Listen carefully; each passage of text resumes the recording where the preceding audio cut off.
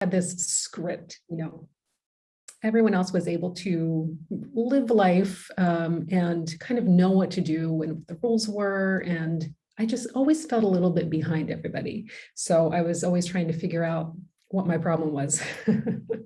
And when I brought the two of these together a couple years ago, it made a tremendous difference in my life. And I also realized how interwoven these are, personal finance and personal development.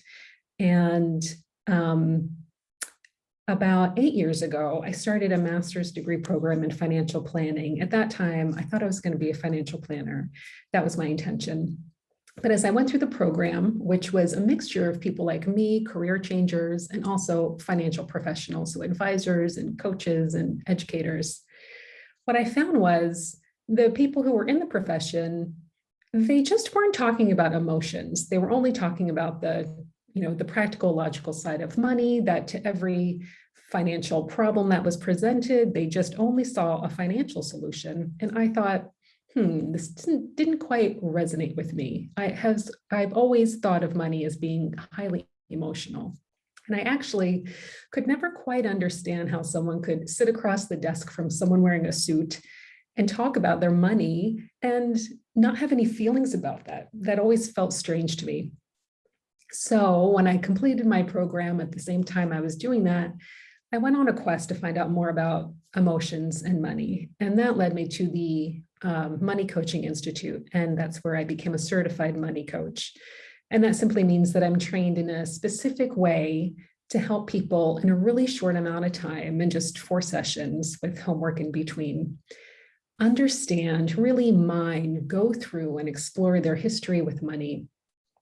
And it is such an incredible process because the primary benefit is not, instantly having more income or instantly having more money in the bank, but it's instantly feeling better about yourself. Because when you take a look at your history through the lens of money, it's incredibly powerful and revealing because money touches every aspect of our life.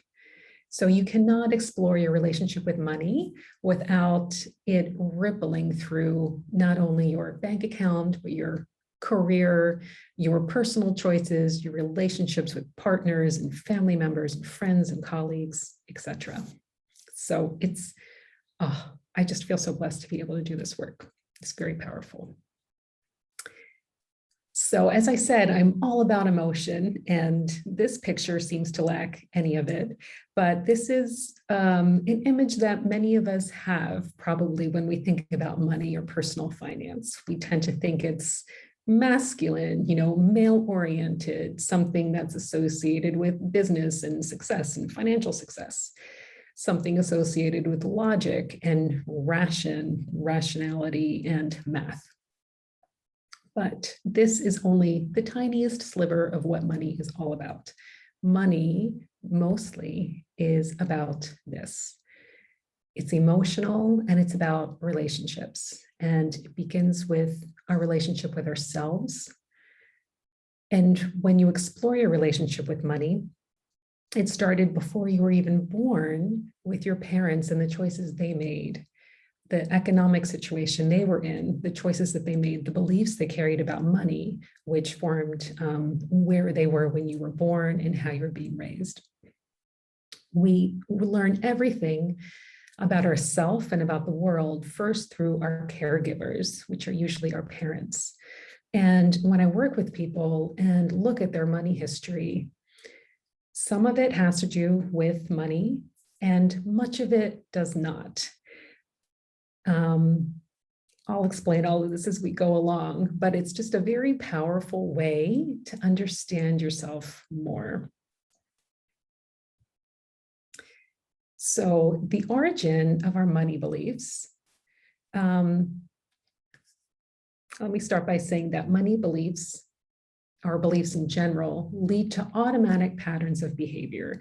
So many of us set a goal. We set a financial goal. We want to save more money. We want to earn more money. And maybe we make progress toward that, but then something always gets in the way. So maybe, I really need to get my act together. I want to start a budget. So we look up, we Google how to start a budget. Maybe we try it for a week and then it just disappears and we don't do it again. And that leads to this cycle of shame where we're trying to do something, we can't commit to it, we feel badly about ourselves, we try again, and the same thing happens again. How to interrupt this cycle of shame is to understand that when we face this pattern over and over again, or if we find ourselves being really resistant around money or very avoidant, it means that there is a belief that we carry, and we need to understand what that belief is. There's nothing wrong with us. We just need to understand what the belief is. And so to do that, we need to understand a little bit of how the mind works. So there are two types of beliefs that I see with clients that really form their patterns of behavior around money. The first one is, I call a snapshot belief. This is a belief that's formed from a single negative emotional experience. It typically happens in childhood up to about the age 7, but it can happen later in life and even into adulthood. I'll give examples of that in a moment. And then there's accumulated beliefs. And this is results from having similar experiences over that time that shape our beliefs and then our behaviors. The important thing to recognize is that most of our beliefs are unconscious. We don't consciously recognize that we're carrying these around. And until we bring them to our level of awareness, there's nothing we can do about them because they're incredibly powerful, particularly snapshot beliefs. So let's take a look at that. Oh, first of all, let me give you a very brief tour of the brain and how that relates to our money behaviors. You have probably seen something similar to this before. This is based on the triune brain hypothesis, which is that our brain has evolved over time and has these different systems that operate, and they talk to each other, but they are responsible for different things. So it starts with the reptilian brain, and this is just a very instinctive brain. It controls our fight, flight, freeze reflexes. And its job is just to keep us physically alive. Now there's the limbic system. And the limbic system is very important when it comes to money behaviors, because this is where our emotions are processed and our memories are stored. And the job of the limbic system is to keep us safe.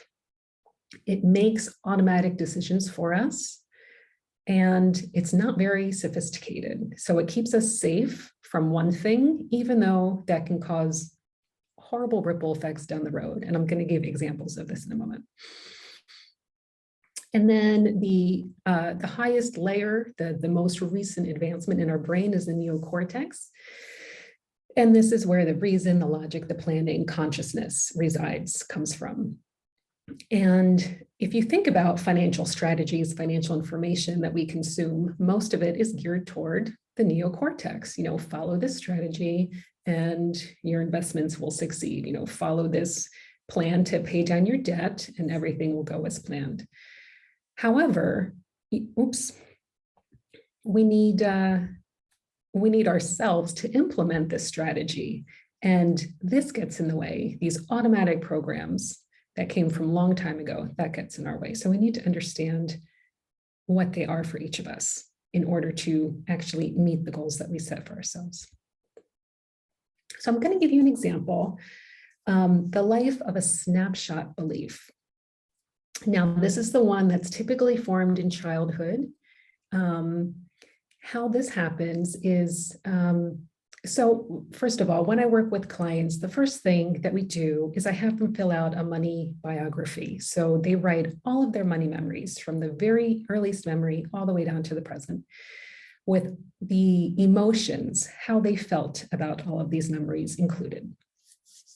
It's a lot of work, but it's incredibly powerful. And then I help them sort through all of this, their money history.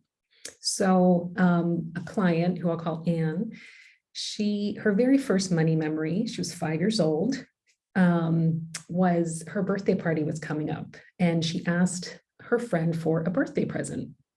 And her mother overheard her and got really angry and said, "Oh my gosh, I can't believe you did that. We don't ask for presents.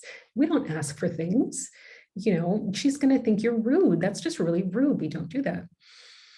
So this is an example of a negative emotional event. And so Anne's limbic system sensed that she was in danger. "Oh my gosh, my mother's yelling at me. My heart rate is beating fast. I feel this tightness in my chest. I feel a little sick." And so the limbic system records this emotion that Anne is feeling, and it records the physical sensation. And then it generates a belief or meaning about this. So for Anne, the meaning was probably, I can't ask for, if I ask for something, then people are going to yell at me. They're going to be angry with me. They're going to think I'm not a nice person. And then it looks for evidence to confirm that belief. And unfortunately for Anne, just a few months later, her next money memory was that her aunt was going away on vacation, and she asked her aunt to bring her back a souvenir. And again, her mother overheard her and said, "What did I tell you? We don't ask for things." And so Anne even wrote in her biography, "I still feel shame about this to this day." And you could see this because when she came in to see me, what her issue was she was, among them was she was an entrepreneur, and she had a really hard time asking clients for the fee that she wanted to charge. She had a very hard time charging what she was worth. And so, so after this was confirmed, so her brain had two instances of the same feeling, the same emotion, the same negative emotion. So then it formed an automatic response to protect her in the future. And for Anne, that was, "I can't ask for things directly. Every time I'm in this situation, I'm going to perk up. I'm going to realize every time I feel this feeling." And this is all unconscious. So Anne didn't decide this at all. This was just her brain making this decision for her, making sense of what was going on and trying to protect her from people yelling at her, from being unloved, from, not having this close attachment with her family and friends. So the important thing to note here is that when we have a snapshot belief, and this occurs not just about money, this occurs for so many things in life, when it stays with us, they're very sticky, because when this happens, it gets locked in our brain and it's very difficult to unlock it. And so, Anne, she could take classes in sales. She could read an article on imposter syndrome. She could try different strategies, but likely nothing would work, because this meaning, this automatic behavior is really locked in there, and she isn't aware that she holds this. She's not aware of the origin of it. So you can unlock it by activating or triggering the original memory and emotion. So we did this in our work together. She wrote this out and we talked about it. And so she was in that space of, "Oh my gosh, I still feel that shame." So she was feeling it in the moment. And then at that moment, we were able to talk about what that was like for her when she was a child, and then also what it's like now charging clients, what it's like for other people to charge clients, what skills she has, what experience she has, what the market value of her services are, what other people are charging. And so when you put side by side the original belief that was formed with the new, not new, but with the reality, with a contrary belief of real life today, when you examine them both in a conscious state, the mind can only choose one to believe. The mind can't believe two conflicting things at the same time. So when that happens, the new reality wins over, because it just makes sense to the rational brain. This is logical. Yeah, this is what I do for a living. This is my rate. This is my experience. This is what other people charge. So this is what I'm going to charge. So I mentioned that this usually happens in childhood. It can also happen in adulthood, particularly when we make a vow to ourselves. So if you've ever made a personal vow, a personal promise, especially when it was just so fueled by emotion, this can trigger a snapshot belief. I had a client who came in with his fiance and they were working on their money histories together. And one pattern we noticed in his biography was that whenever he was in a difficult financial situation, he would not tell anybody about it, even if people were in a situation to help him. And this happened 3 or 4 times. It was a clear pattern. And so I asked him about this, and he had no idea why or where it came from. And he just kept saying, I just don't want to be a burden. And so I talked about, okay, well, what's going to happen in the future when you two get married? What if you lost your job for some reason? What if you got laid off? You know, that's a pretty common occurrence. Would you tell your then wife about this? And he was really honest. And he said, I would really want to try to figure it out, see if I can get another job. I just don't want to worry her. And, you know, she was not happy with this response. So we talked through it. And it turned out he had actually written about this in his money biography. So this is important because even if we know on a conscious level an event happened, until we are able to make the connection and feel into what it was that we did at the time, it's useless. You really need to make that emotional connection with it again. So it was there written in his money biography. At age 11, he had a younger brother who was very sick. And he realized at that age that his parents had to spend a lot of money on his brother's care. And so he decided in that moment that he would be as financially independent as possible, just try to, you know, meet his needs himself instead of burdening his family so that they would have the resources for his brother. He had no idea that he was carrying this thought with him to today, and that it made no sense anymore because he wasn't protecting his family. Now he was actually breaching the trust potentially between him and his wife by not letting her in on what was going on with him financially. So once we did this work together, during the follow-up session 2 weeks later, he said, oh, I have to tell you, during this time, I checked, they were both graduate students at the time. And he said, I checked my account balance and my student loan payment hadn't come in yet. So I had a negative balance, but I called my fiance right away and I told her. So I was so happy to hear that. So that's proof that this pattern of behavior was broken because he got to the origin of what it was. And it's also proof that sometimes we have something that we're not even aware of. So this wasn't even a problem that he came up with. It just happened to come out in the money history. It's fascinating stuff. So those are examples of snapshot money beliefs. There are many examples I can give of accumulated money beliefs, but one that I see so often, one that I've struggled with myself, is feeling like money is a constant struggle. Or like, oh, I'm such a screw up with money. Why is everyone around me at at this great place in life and I'm still here? You know, I'm the only one of my friends who doesn't have a house. I had great money and then I lost it all. I can't believe I can never get my act together. So feeling that either I'm a screw up or, you know, money is a constant financial struggle for me. This picture, by the way, this is a picture that one of my clients made on his tablet. I have all of my clients draw pictures and it's an exercise that we'll get to a little bit later. When you draw a picture, what I love about it is that we have to use our whole brain in order to see the image, and that includes all of the emotions with it. So this is a picture of him. It's on a treadmill. He told me the arrows should actually be going the other way, but you get the idea. He's on a treadmill.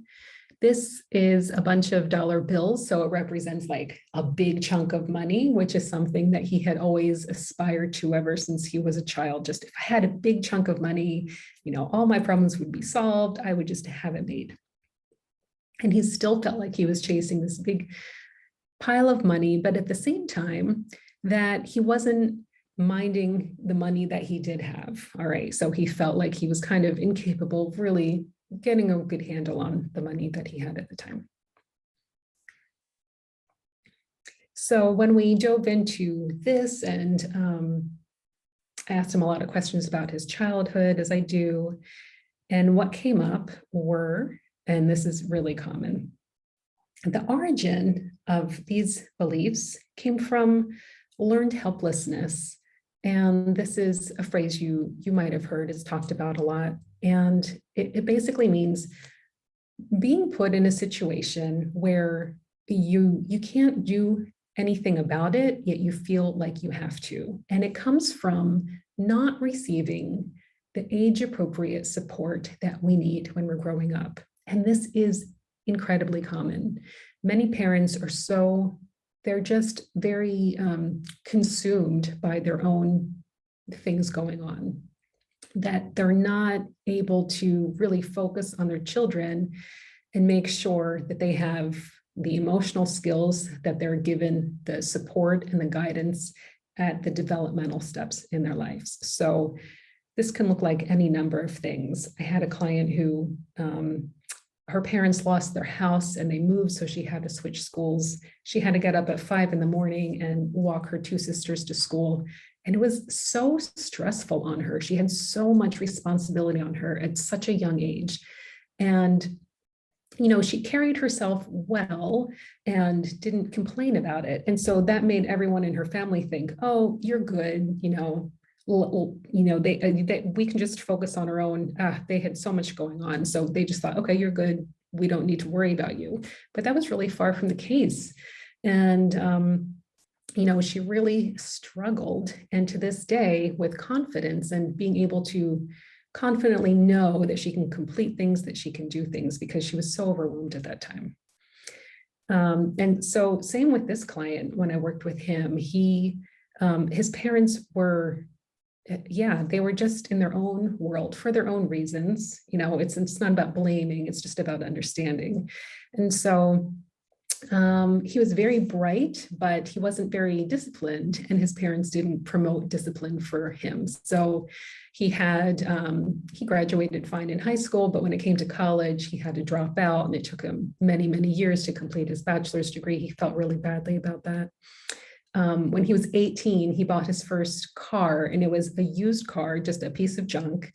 And his mother, even though it was his money, his mother had to go with him to give him access to it. And she said nothing about it. And he was able to drive the car once, and then it was broken. Someone had to come and collect it from the lawn because there was nothing they could do about it. And he had no other money to pay for any repairs. So, a helpful parent in that situation would have said, are you really sure you want to buy this? Maybe you want to save up your money and buy something more reliable. This is an old car. They tend to break down. Do you have any money for repairs? What are you willing to spend on it in the long term? And so he was always left to his own devices to figure these things out. And it was always by trial and error. And it just really took a toll on him over time. And so this is very, very common. And so this is what I mean by accumulated money beliefs. And they often don't have to do with money. It's just this cycle of, I don't know what I'm doing. I should be able to figure this out. I have expectations put upon me that I should be able to figure this out, and I can't. And I feel really crappy about myself because of that. And so this affects everything. It affects how we do our job. It affects our confidence in being able to plan for the future, to budget, to pay down our debt, all of that. But once we talk about these things and realize, put it all into context, it's so liberating, because it makes us realize, you know what, I'm actually exactly where I should be. Given everything that has happened in my past, I can see why my actions line up to where I am now. And now that I know that, I can give myself support. Now that I realize I don't have to do everything on my own, I can seek out other resources. If I don't know the answer, it's okay to ask someone. If I need help, I can reach out to someone. I'm not just on my own. I'm not just a big screw up. It is incredibly liberating, and it's my favorite part of my job. So this is how we move from awareness to action, because once we bring up these beliefs from our unconscious to the conscious, it brings acceptance. And so the thing that really keeps us stuck in this cycle of shame is trying to do something and not being able to, and trying to do it and not being able to. And it just makes us feel horrible about ourselves and just put so much judgment on ourselves. But once we have this information, oh, of course I am the way I am now. It makes sense given my history. That just stops the cycle of shame. So this acceptance is so important. And this holds true for smaller instances along the course of life as well. So I'll give you a really quick example about that. A couple weeks ago, I just had such a sweet tooth and was just craving caramel like crazy. So I went to the store and I bought a bag of Twix minis. And I ate like a ridiculous amount in one day. And I felt so awful, just physically sick, and I just was so angry at myself at the end of the day. I just felt crappy. And I was taking it out on my family members. And, they were certainly not to blame. So the next morning I wake up, I have breakfast, and then I eat 2 Twix bars, they're mini, but still. And I was just beginning to think, oh, and I thought, no. And I said out loud, I just ate 2 Twix bars after breakfast. And just that neutral statement really just neutralized the situation, and it stopped me from going in this cycle that just would have led me to eat more and more because I feel badly about myself anyway, so why not eat more? And so this is something I really encourage you, if you don't have a practice like this yet, to just try it once. If you can catch yourself, if you're anything like me, it happens pretty often. So you can catch yourself in the middle of it. Oh, you know what? I'm actually not going to berate myself right now. I'm just going to make a neutral statement about it. And then it can quickly disappear. And then you can choose the action plan that you want, which is not eating any more Twix that day. So there are multiple paths that can lead you to your voice when you're looking at your money history. And where to go from here depends on the intensity of the issue for you. So if you're just curious, if you think, I wonder if I have any unconscious blocks that I'm not aware of, you might start with some mindfulness exercises, and I have a couple that we'll do in a moment, or some self-help books. I ordered this loosely from the least intensive to the most intensive. But if this is something that's really bothering you, if it's a real financial stress, that affects everything. It affects our physical health and our mental health and our relationships. So that's something that's really requires some urgent work. If it is, or if it just feels urgent, if you're like, what, my relationship with money has always felt heavy or complicated, or I'm tired of feeling guilty or not worthy. I've also worked with people who have millions in the bank, but they just can't enjoy it because they either don't think that they deserve it, or they feel guilty or conflicted about it. So if it just feels heavy to you, for whatever reason, I really do recommend working one-on-one with someone, if not with me, with someone, because that is the most direct path to resolving this. And it's so, so worth it. I am happy to help you decide what path is right for you. So I encourage you, if you have any interest in this, to book a call with me. You can schedule a 30-minute call, and I can't see the chat in the moment, but I think my information is in there to do that. And so I would like to start with some exercises. I'm just gonna do this. Oh no, that doesn't work. All right. Let me go back. All right, exercise number 1 is draw a picture of your relationship with money. So if you are willing, you can do this now. No artistic skills are necessary. I have none, and this exercise works really well.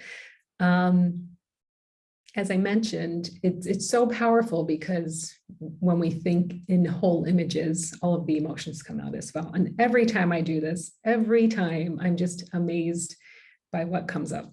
When I do it or when I have people do it and they share, it's really amazing. If you feel like you can't physically depict what you have in your mind, that's okay. You can just really zone in and think of an image and then just write it out. So I'm going to give a couple minutes for that. And in the meantime, I'm going to see if there is anything in the chat.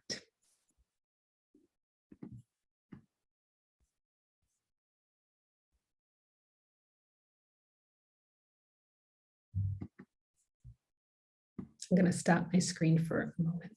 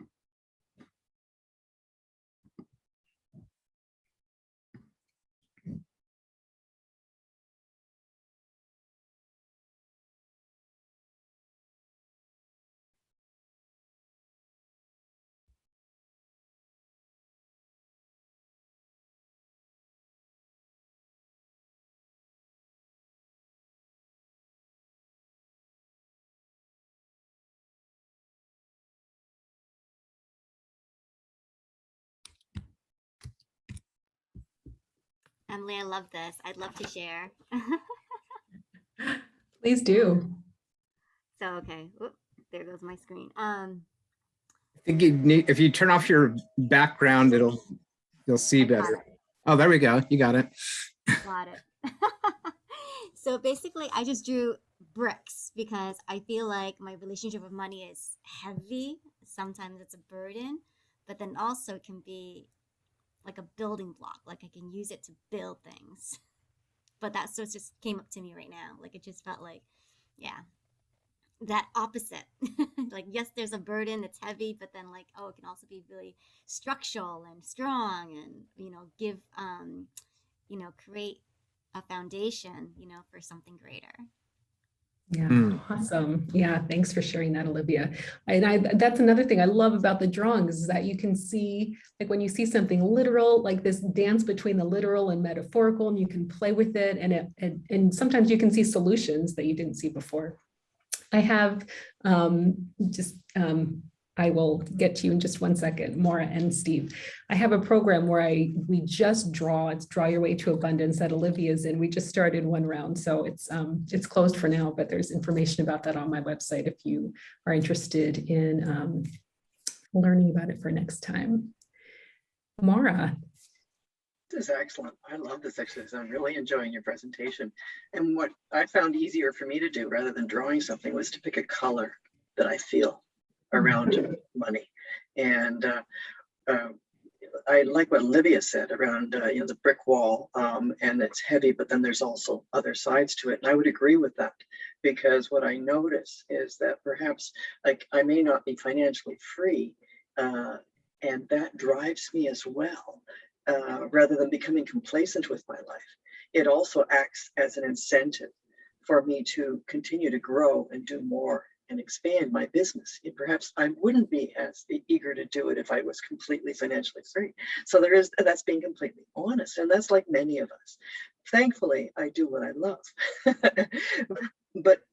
And I would do it either way. But the fact that I'm trying to build an income further with it to meet even more of my dreams, right? That pushes me. Whereas others like myself, perhaps at my age even, don't bother. Yeah. Yeah, great. Yeah, thank you. Your explanation of the snapshot versus the accumulated beliefs. I mean, I think every one of us has sat back and gone within and remembered. And I'm thinking of my husband and, what would have been his pattern and where did that come from? This is fascinating. Thank you for this. Yeah, you're welcome. I agree. It's so fascinating. And it's true that it applies to all areas in our lives. It's not just about money. Yeah. Especially you use the food example, the Twix bars. And I think of how I work with people around stuff too. So, yeah, just thank you. Thank you. Yeah, thanks, Maura. Steve. Well, I'm excited that mine came out to look something like this, where it's, I don't know what you see, but it's me. If I could give the money arms, it would be hugging me back, but that there's a, and I am, and my family is, we're all huggers. So huggers are, you know, it's just, and the interesting thing is, if I were to draw this picture a month ago or 2 months ago, it probably would have been us strangling each other rather than hugging each other. But partly, and one of the reasons that I just am so thrilled with the idea of doing these heart notes is because such a simple little activity can make such a huge difference. When I wrote my letter to money, I realized that I had been acting as if money and myself or somebody else, I'm not sure who, but had a divorce, and there was like a really nasty, I had all kinds of baggage around my relationship with money. And through writing that heart note, what I realized was that it really isn't money, it was the emotions that I associated with money. And if I can let go of those emotions, those negative emotions with regards to money, then I could transform the relationship. And so by the end of the heart note that I'd written, we were re-entertaining and re-entering a state of friendship rather than enmity. Yeah, wonderful. Thank you. Yeah, I think a really good explanation I heard once was that money doesn't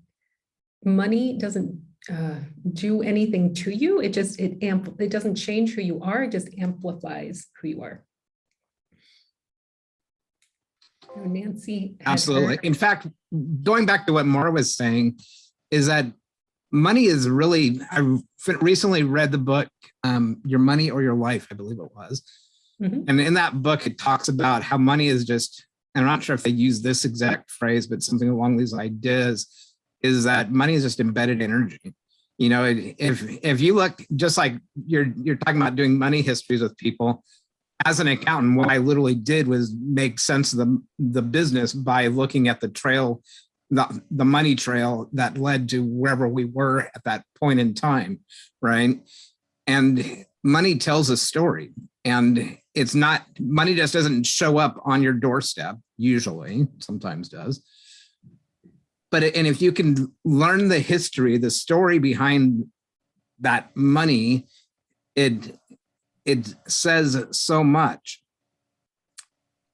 And so that money is embedded energy in all kinds of different forms, spiritual and physical and mental and emotional and all that. And if we can heal that relationship, then we can not only heal our relationship with money, but heal our relationship with every other area of our life. Absolutely. Yeah, really well said, Steve. Thank you. Nancy.